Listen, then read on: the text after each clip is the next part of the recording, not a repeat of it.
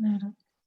Sí, creo que Claro. tiene totalmente sentido hablar, que necesitamos hablar todos, ¿no? Participar todos y todas en la conversación para construir entonces esta igualdad. Paulo. No, es evidentemente, aquí se me sale un poco el pedagogo, ¿no? Eh, sí, sí es verdad que una parte de esa desigualdad, es una parte de esa injusticia, de esta violencia estructural, es el producto cooperativo de muchos actores, de muchas actrices, actoras en este contexto. Es de manera cooperativa que tenemos que intervenir en ello. No podemos hacer otra cosa sino activar un proceso opuesto. Pero cooperativo, cooperativo significa que es el producto del trabajo de muchos eh, para desarmar la violencia estructural, la violencia del sistema, que se ha construido a lo largo, habrá que recordarlo, de siglos de historia, no a lo largo de unos cuantos días. Claro, justo es un problema que viene ya desarrollándose durante mucho tiempo y es siempre bueno pararnos cómo está el contexto. En este sentido, Laura, me gustaría preguntarte cómo se ha dado la dinámica en el trabajo hasta ahora, cómo sigue actualmente. Gracias, Gwen. Justamente uno de los indicadores que más nos sirve en México para conocer el estado del trabajo y quiénes trabajan y en qué contexto, pues es la información del INEGI, ¿no? Sobre contexto laboral vemos la población económicamente activa en millones de personas y en la relación hombres-mujeres vemos que hay muchos más hombres involucrados activamente en un trabajo formal o económicamente activos frente a Hacienda, que podría decirse que sí es un trabajo formal, ¿no? Por la forma en la que se mide este indicador. Sin embargo, podría parecer alta la relación entre hombres y mujeres. Lo que podría leerse con un poco de alerta roja, en este casi 20% más, no sé, es mucho, ¿no? La diferencia entre 34 millones frente a 22 millones, la verdad que me parece mucho, tiene que ver con unas condiciones estructurales, lo que nos refería, lo que hablaba Pablo un poco hace rato, ¿no? Sobre muchas veces las mujeres que consiguen un trabajo, que conseguimos un trabajo, está permeado por otros motivos estructurales, ¿no? Como el cuidado, la capacidad de la mano de obra, o sea, qué tipo de mano de obra se está considerando como población económicamente activa, si es mano de obra no calificada, si es mano de obra altamente calificada o profesionistas, ¿no? O en qué ámbitos se están trabajando. Bueno, eso como preguntas, ¿no? Sí, ahí también a mí me gustaría nada más lanzar una piedrita, ¿verdad?, en el estanque, porque el lenguaje utilizado por las instituciones, no solamente en México, de por sí ya es discriminante y ya representa una lectura de la realidad muy, muy parcial, ¿no? Esa idea de las mujeres que no son económicamente activas, ¿no? Esa reducción del papel social de las personas, hombres y mujeres, en cuanto productores directos de riqueza, ¿no? Eso también a mí me llama mucho la atención, ¿no? Pienso realmente, lo digo sinceramente, en mi madre, ¿no? Que jamás ha sido considerada una, una mujer económicamente activa, ¿sí? por qué la violencia estructural? ¿Por qué en ese entonces se decía las circunstancias de la vida, ¿no? La encerraron en una casa ocupándose de sus hijos, ¿sí? Eso a mí me parece también algo que tenemos que tomar un día en consideración. ¿Qué significa ser económicamente activos? ¿Sí? Si hay económicamente activos, entonces debería haber personas económicamente pasivas, ¿no? ¿Quiénes son las personas económicamente pasivas? Son las que viven como mantenidas. No, no logro imaginarlo, ¿no? Porque después, cuando uso la palabra mantenida, asociarla a mi madre me parece verdaderamente un sacrilegio, ¿no? Conociendo todo lo que ha hecho en la vida, ¿no? Me parece que aquí cuando nos encontramos con las palabras ya son herramientas de discriminación y de violencia estructural y, por supuesto, violencia cultural, ¿no? Que produce las palabras. No sé qué opinas, Laura, pero me parece que es importante subrayar esa monstruosidad. Claro, es muy cierto lo que señalas. Creo que una de las cosas que son potencialmente problemáticas, si no es que realmente problemáticas, es el discurso, ¿no? Generalmente sin duda, el lenguaje es una herramienta de dominación y ha fungido como un dispositivo velado de poder, ¿no? O sea, lo es. Al punto que hay discusiones tensas, al parecer, dentro de la Real Academia de la Lengua Española, para hablar de sustantivos y de epicenos feminizados, ¿no? Cuando se habla de juezas, se incomodan los hombres, ¿no? Entonces, el lenguaje sí que es una herramienta, es un dispositivo de control, sí que es un dispositivo de poder, y es una herramienta que puede ser muy útil, ¿no? Para dominar o muy útil para cuestionar y transformar también, ¿no? Entonces, esa es una apuesta que tenemos, ¿no? Como sociedad civil, en busca de la construcción de paz y de una cultura por la igualdad, ¿no? Por la igualdad, no por la semejanza, porque también está la confusión de pensar que igualdad significa ser semejante a aquel o aquella que está en una situación privilegiada. No, no es así, ¿no? El tema también hay que acordarnos que lamentablemente el capitalismo es está profundamente vinculado con las dinámicas de poder típicamente masculinas, ¿no? En este sentido, lo que se considera valioso es aquello que genera plusvalía, aquello que genera riqueza, aquello que se puede acumular y medir. Entonces, todo aquello que no se puede acumular ni medir no existe en el orden de las cosas en el sistema de producción.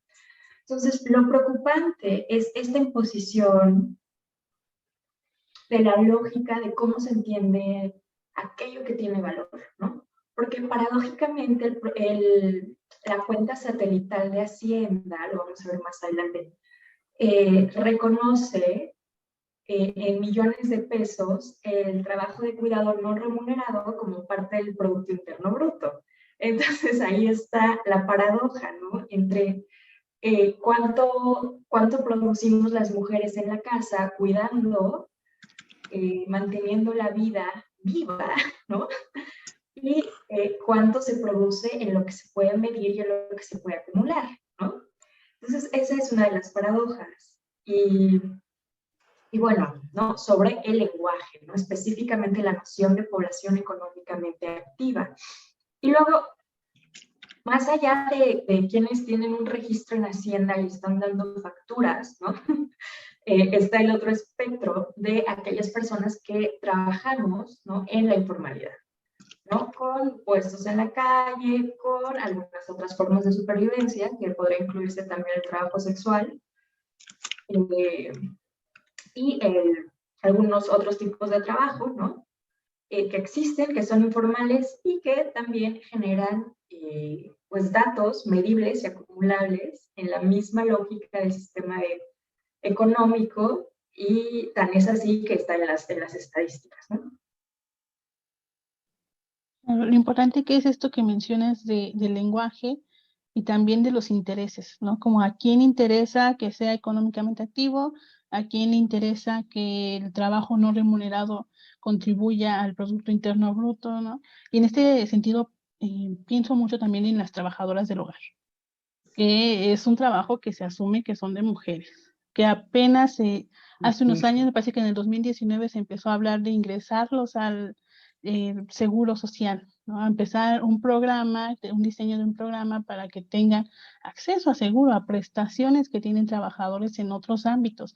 ¿Pero por qué? Porque se ve o se demerita ese tipo de trabajo, primero porque pertenece o se asume que es un trabajo de mujeres, que es un trabajo, o que no es un trabajo siquiera, ¿no? Pareciera estar, la forma en la que está construido nos hace ver que no es un trabajo, pareciera que no lo es, cuando sí, porque se tienen todas estas mediciones y además existe una categoría que se refiere específicamente al trabajo doméstico. Entonces, invitar a aquellos que tal vez piensen que el trabajo de nuestras mamás, de nuestras esposas, no es trabajo, que no contribuye, pues pensar cuánto estarían pagando si le pagaran a alguien para hacerlo, ¿no? Exacto, exacto. Y esto es parte de la violencia cultural que se convierte inmediatamente en violencia estructural. Es decir, la cultura construye una estructura violenta. Es justamente eso. Exacto. Y bueno, también aquí mencionabas ahora respecto a la informalidad. Ahora en los trabajos formales, ¿cómo se presentan? ¿En qué trabajos están, o se asumen que están las mujeres, o se asumen que están los hombres? ¿Cómo está la distribución? ¿Cómo está la participación también de las mujeres en este trabajo típicamente o tipificado como remunerado? Justo, retomando un poco el trabajo del hogar, el trabajo del hogar remunerado también, es decir, aquel trabajo que se paga, ¿no? Cuando viene una trabajadora del hogar a la casa y tiene un horario, viene semanalmente, o aquellas que, el término que usan me parece es de planta, ¿no? Que viven en la casa, tienen un horario fijo, me parece también, y tienen días de descanso, un horario de descanso, pero viven en la casa. Me gustaría hablar un poquito más sobre el trabajo del hogar, que creo que es muy importante traer a la mesa que el trabajo del hogar es trabajo, eh, como todo trabajo, eh, tienen derecho las trabajadoras del hogar a la seguridad social, a vacaciones, a prestaciones, a un horario fijo y todo lo que implica un trabajo, ¿no? Aumento salarial, todo eso, ¿no? Vacaciones pagadas, tal, respeto de días feriados, ¿no?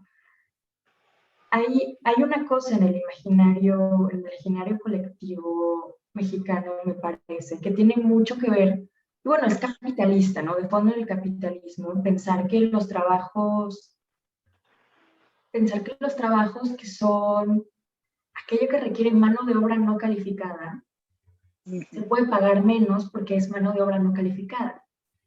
Pero la trampita está en pensar que un trabajo, claro, no es lo mismo un programador, no es lo mismo un programador de un banco central a el acto de limpiar cotidianamente y cuidar. Sin embargo, ambos trabajos son igual de necesarios. Entonces, yo podría decir que incluso el trabajo, la mano de obra no calificada es esencial para el funcionamiento de la sociedad. O sea, pensemos, ¿qué pasaría si la recolección de basura no pasara cuando debe pasar? ¿Qué pasaría si no tenemos quien coseche frutas y verduras, quien recoja los huevos, quien esté en los, ¿cómo se llama? Donde matan a los cerdos y a las vacas, los rastros, ¿no? ¿Quién deshuesa los pollos? ¿Quién corta los árboles en las ciudades? ¿Quién destapa las cañerías? ¿Quién recoge los animales muertos de las banquetas en la ciudad? O sea, todas esas cosas, ¿no? Si las pensamos seriamente, es necesario y no puede pensarse que ese trabajo es menos válido que el programador de un banco central o que quien está programando los algoritmos de nuestra información en Twitter, Facebook e Instagram, ¿no?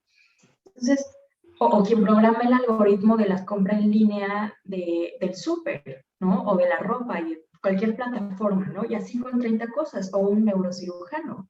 O sea, bueno, que también, Laura, que también detrás de todo esto está un mito, ¿no? claro. Que es el mito de la especialización del trabajo, de la calificación del trabajo. Yo digo, ¿cuántos programadores informáticos, lo digo en serio, sin chistes, no sabrían limpiar una casa? Claro. Ese prejuicio, ¿no? Que el mío es un trabajo calificado y el tuyo que limpias o que recoges la basura no lo es. Es también eso verdaderamente producto de una violencia cultural. La verdad, perdón que me meta, pero recuerdo el campesino. Probablemente cualquiera de los programadores sofisticados que acabas de mencionar considera al campesino como una persona simple que hace un trabajo simple, ¿sí? Ahora, verdaderamente, si fuera por ese programador, nosotros moriríamos de hambre porque no sabría sacar de la tierra absolutamente nada. Tenemos una serie de prejuicios culturales que son herramientas de violencia, que nos hacen también categorizar el trabajo de una forma prepotente, vertical. Podríamos decir casi patriarcal, también esa clasificación del trabajo. Claro. Y poniendo un ejemplo, sin ir muy lejos, recordemos cuando empezó la pandemia, ¿qué trabajos fueron considerados esenciales? Quienes, a pesar de un riesgo de contraer una enfermedad de alto impacto, ¿no? Tenían que seguir yendo. ¿Con qué actividades no se podía continuar el país? No podía continuar o moviéndose. Fueron todos estos puestos, todas estas actividades que han sido, pues, históricamente menospreciadas. Claro, mientras el doctor se queda en la casa, durante la pandemia, la cajera del súper va todos los días a trabajar. Y ahí entonces entra en crisis el concepto de trabajo calificado. Adelante, Laura. Estoy totalmente de acuerdo. Es correcto, y justamente esta conversación que acabamos de tener sobre quiénes trabajan, en qué puestos y el reconocimiento, tiene todo que ver con el contexto laboral, ¿no? En México. Y en qué estados está habiendo ese crecimiento con esta lógica, pues, ¿no? ¿Quiénes se están quedando atrás? ¿Y qué significa que las mujeres tengan una participación laboral en un ámbito rural o en un ámbito urbano? Eso podemos empezar a hablar sobre la industria de la manufactura, la industria de la fábrica, la industria de la recolección de vegetales y de verduras, no me viene cómo se llama, de los jornaleros, ¿no? De las jornaleras. Y bueno, eso tiene que ver tantísimo también con migración, con los ajustes del salario, ¿no? De las áreas económicas, de los ajustes del salario mínimo, del acceso a la canasta básica, de la inflación, o sea, todo eso está conectado desde las formas de producción, quiénes producen, en qué contexto, cómo consumen y cómo afecta en el panorama grande las dinámicas económicas del país, ¿no? Ya, entonces, Laura, aquí la propuesta que podría movernos un poco sería mover un poco el criterio de categorización del trabajo, ¿no? Y hablar más bien de grado de responsabilidad en lugar que de grado de competencia o de grado de calificación, ¿no? La responsabilidad es algo que verdaderamente da la idea del valor del trabajo y se divorcia completamente por la producción de la riqueza, porque uno puede ser sumamente responsable de algo vital, como los hijos, por ejemplo. ¿Sí? En no producir dinero, pero el grado de responsabilidad es enorme, mucho más grande del quien dirige una oficina. Y esto yo creo que en términos generales, hoy en día, por la estructura machista y patriarcal que tenemos de la sociedad, beneficiaría este cambio de perspectiva más a las mujeres que a los varones.